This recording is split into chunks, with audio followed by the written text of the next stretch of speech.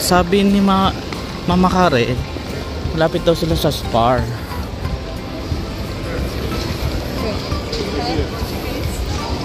Ayan, yan sila.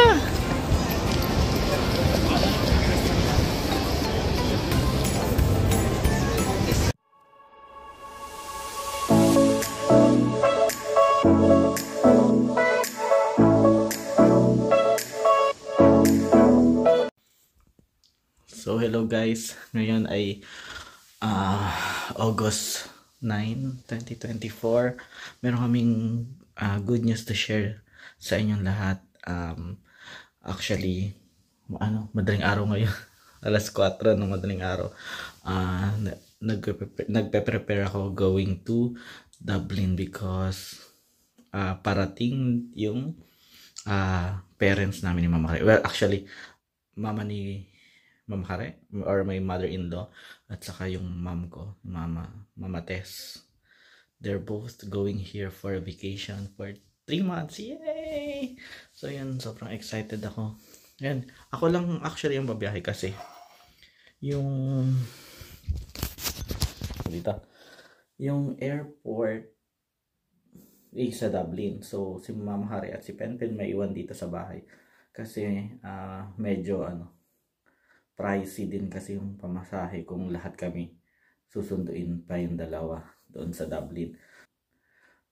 Meron actually na mas malapit na airport dito sa Limerick, yung Shannon Airport, which is yung sinakyan namin papunta dito sa Dublin. Papunta dito sa Ireland. So, if ever first time ko makapunta sa Dublin Airport, ayun. Kasi nga, di ba, kung nakapanood kayo ng mga videos namin in the past, galing kami Jamaica. So, mas opt namin na mag-Shannon Airport kesa mag-Dublin kasi from Shannon papunta dito sa Limerick, it's only like 20 minutes by a car. So, yun. Pero kung galing kang Pinas, yung route papunta dito sa Shannon Airport, hindi siya masyadong okay. Kasi, I think, kailangan mo pang dumaan ng London papunta dito sa Shannon. So parang mas okay.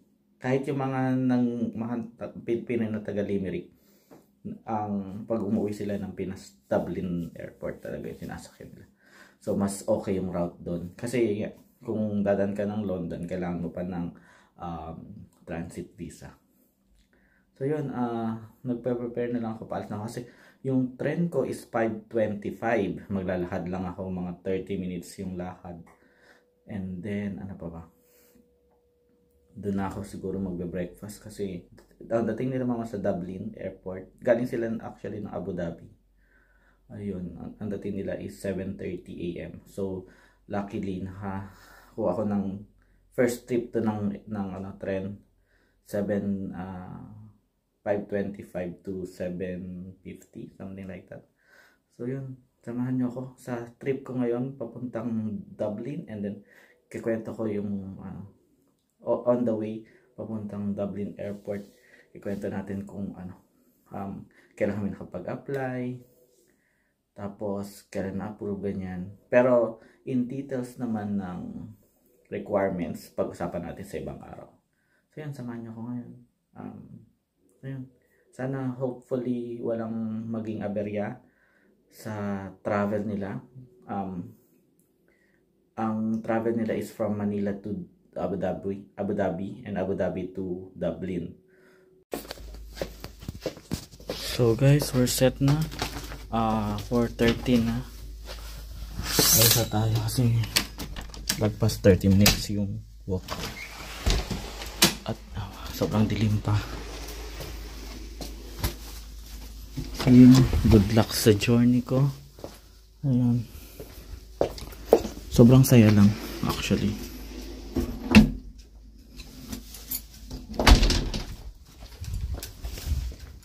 Ayun, so ayun guys, sobrang excited na ako makita sila mama. Kasi last time na nagkita kami, it was more than 3 years ago.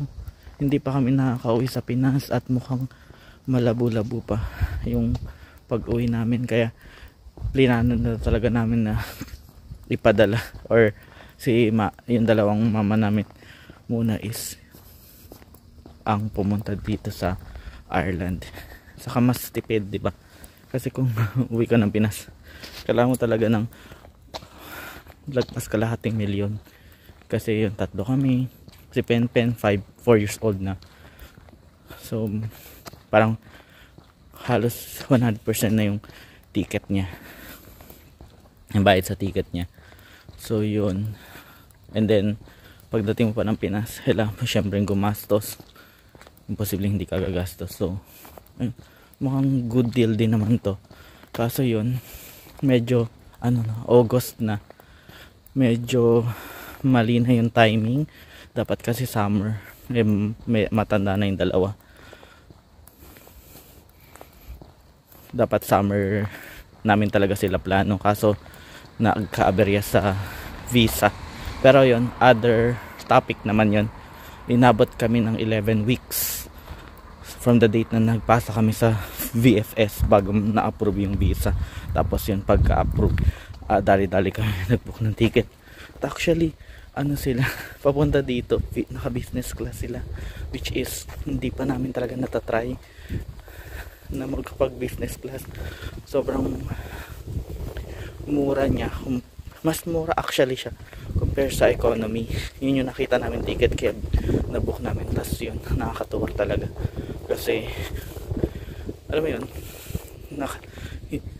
sobrang bibihira silang pumunta sa ibang bansa tapos naka business class pa sila. So parang yung accomplishment nila or yung naranasan nila ng business class is accomplishment na rin namin. Ang lamig, ang dilim, nakakatakot.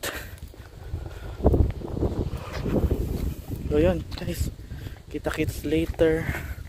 Medyo madilim kasi pang pag video. Kita-kits sa train station. Bye. So guys, time check 5 a.m. Ito ang Limerick Colbert train station. Yan. Sobrang dilim pa ng paligid. And magpa 5 na siya. So yun, collect lang natin ticket and then breakfast tayo. Sana may bukas yung Starbucks dito. Hindi pa ako nagkakape. So hello guys, nasa train na ako. Ang oras ay 5:20 na. Ayun, mahababang biyahe. Ang biyahe ko Limerick to Dublin, abutin ko ng 2.5 hours. So mauna pa sa Dublin sila mama, so antay na lang nila ako doon.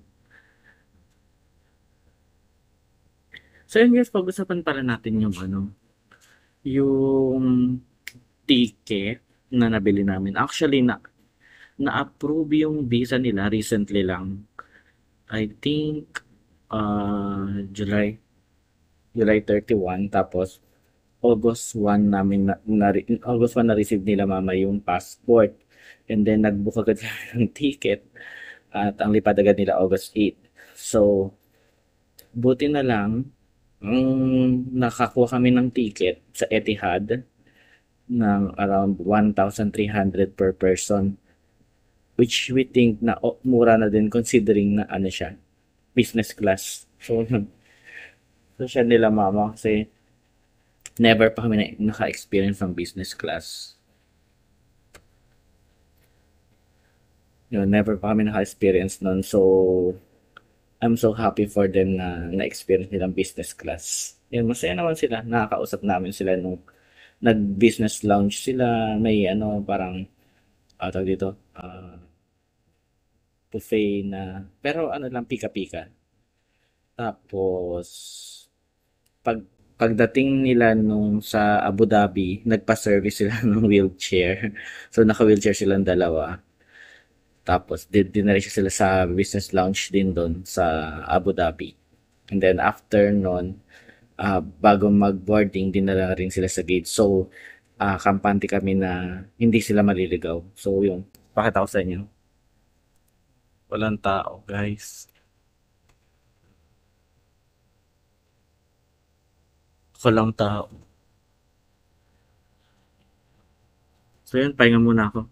At kulang yung tulog ko. Pahinga muna ako. Then, palitan. Up next clip, nasa W na siguro tayo. So, see you later. Bye. So guys, nandito na ako sa airport. Akit lang tayo ng isang floor kasi nandito tayo sa arrival. Departure. Yung arrival daw ay nasa second floor. Yan.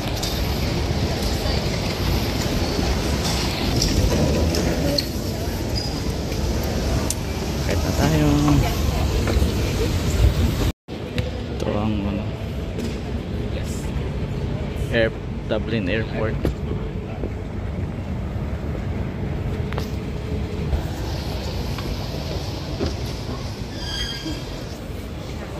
Ito.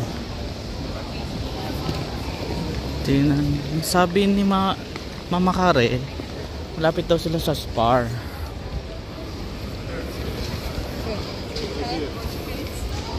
Ayan, yan sila.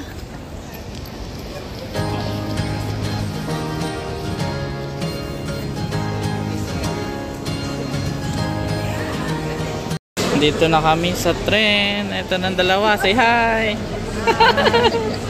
Welcome to Ireland. Dito kami sa tren ngayon. Waiting pa kami ng tren namin. Alas 11. Pagod kayo? Excited makita si Pen. We're in the train now. Hi lang kayo. Video yan. Hi. Lapit na. Isang hinga na lang. Papahinga na sila. Mahaba-habang biyahe. Yay!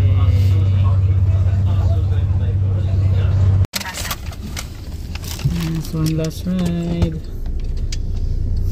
Video yata. Video to. Tingin lang kayo dyan. Makikita na nila si Pen.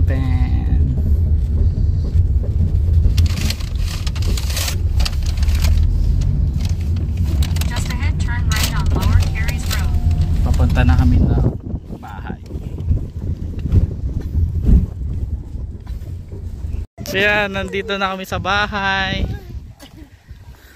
Yan.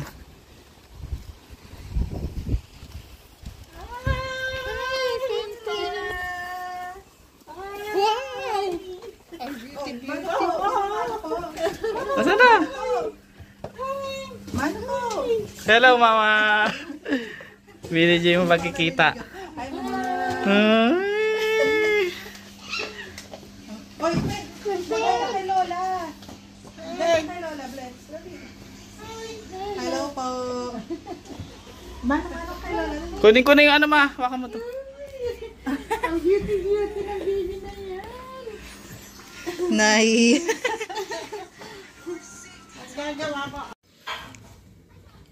So yun guys, magbababay na kami sa vlog.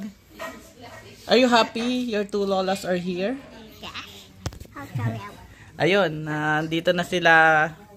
Hindi pa rin kami makapaniwala na kasama na namin sila dito. Dati kausap lang namin sila sa sa call. Ayun, masaya. Mukha naman sila hindi pagod kasi sila. Naka-business class sila. Tapos naka-wheelchair pa sila. Na-enjoy nila yung biyahe. Mas pagod pa sila yung tren from Dublin papunta dito sa Limerick. Tapos yun, yung yung type of visa nila is visit, family visit na Mama. Siya, nag-apply kami sa VFS. May 40 namin pinasa. And then, na-approve sila ng August 1, August 1 or July 31. Tapos na-receive agad nila yung passport nila ng kinabukasan. So yun, and next na topic siguro natin yung mga requirements ng pinasa namin for visit family. So pahalos parang same lang siya sa tourist visa. Pero dito, mas okay kasi yung visit family kasi meron silang parang nakukuha ang invitation from family abroad. Kaya ayun. So hello guys, singit ko lang pala sa video na to yung mga nangyari during the immigration interview nila mama sa Pilipinas bago sila makaalis ng bansa, and also kung ano rin yung mga tinanong dito sa immigration dito sa Ireland na. So first yun nga, para mas yun, para siningit ko to para mas baka mas interesting kasi 'di ba kung ano yung mga tinatanong sa immigration. May mga nagtatanong din actually noon. So first, yun. Unang-una, dito kami kinakabahan kasi syempre visit family lang sila. So visit visa. May mga hindi kami nakuha na requirements. For example, yung kinakabahan kami sa insurance kasi ang nangyari sa insurance, siguro mas detailed ko ikukwento sa do sa pinasa namin requirements kasi isa-separate namin vlog yon. Yung insurance, ang nangyari, bumili kami sa isang insurance company sa Pilipinas, pero ang nangyari, para bumili kami 4 days before nung flight, ang nangyari, pagkatapos na magbayad, parang hindi na email agad sa amin yung policy. Antay kami na antay hanggang the day na nung travel nila, hindi pa rin dumadating. Nag-email na kami, kaso yung email na yon parang after 2 days pa nagre-respond yung customer service nila. So sobrang frustrated kami kasi baka hingiin ng immigration yung insurance. So yun, print lang namin yung parang confirmation na nagbayad kami ng policy, pero hoping talaga kami na hindi matanong or hindi hingiin. So yun, pero thankfully hindi hiningi yung travel insurance nila. So ito lang yung mga tinanong. Ang tinanong sa kanila yung pangalan nila, and then yung parang reason ng pagpunta sa Ireland. Sinabi nila na yun nga, bibisitahin kami, yung mama ni Kare, bibisitahin siya. Tapos ang sabi naman ng mama ko, bibisitahin ako, anak na lalaki, ganyan. Tapos tinanong lang, pinaka-importante siguro sa kanila yung date na pabalik. So yun, meron naman din sa ticket nakalagay naman nakalagay naman yung date na yung flight pabalik. So hindi siya naging problem. Tapos syempre yung passport, saka yung check nila doon yung visa kung valid nga, and then pinakita nila yung ticket. Kaso yung mama ko hindi hindi siya masyadong prepared, ewan ano nangyari kay mama. Ang ginawa nung time niya nasa window do sa immigration, tinanong siya kung ano yung pabalik niyang ticket. Sinabi niya hindi niya daw alam. Pero yun, hindi niya napansin na yun sa print namin na ticket, nasa taas yung papunta, nasa baba din yung flight details pabalik. So ginawa niya, binigay niya lang yung ticket kasi pares silang kasing senior na din. So yun, nung pinakita, okay naman. Tapos may hinihingi daw, hindi niya na masabi ko ano yung mga hinihingi. Ang ginawa niya, meron kasi siyang clear book. So importante, maganda may clear book. Pinakita niya lang doon, tas parang browse lang din nung officer. So yun, mas pag-usapan natin yung requirements next time. Tas yun, na sila. Tapos na, wala pang 10 minutes. After nung check-in baggage, na tapos na rin sila sa immigration. So yun, doon na kami nakahinga ng maluwag kasi doon talaga minsan nahaharang or na-offload. Pero generally hindi naman siguro sila ma-offload kasi unang-una senior citizen naman na sila, saka hindi na sila parang pag-iisipan na mag-work pa dito o magti-TNT. Tapos sa Ireland naman, dito yung pinaka-simple. Actually naka-wheelchair sila papunta sa immigration. So from pag-offload nila or paglabas nila sa eroplano, may nakaabang na mag-wheelchair. Tapos yung naka-wheelchair, tinanong sa kanila kung kailan yung date pabalik. Yun lang pala yung tinatanong sa immigration sa Ireland. Tapos hindi na actually nila directly nakausap yung immigration officer kasi kasama na yung mga kasama yung nagtutulak sa kanila. So parang sila yung sila yung kumausap nun sa immigration officer. Ang tinanong lang daw is yung date na pabalik. Wala nang pinakita. Kinuha lang yung passport, tinatakan nila, and then hindi nga rin daw hinanap yung ticket. So yun, ang sumagot din ng date pabalik yung yung tumutulak daw sa kanila na crew. So yun lang. Mabilis ang ano lang, singit lang nitong kasi parang importante din to eh. Tapos yun, next pala guys, magbabati lang tayo ng konti sa mga nagko-comment. Wait, check natin. Ito si AMD BCPA. Shout out sa iyo. Sabi niya dito, hello sir, you have a nice content in your vlogs. So hello. And then sino pa ba?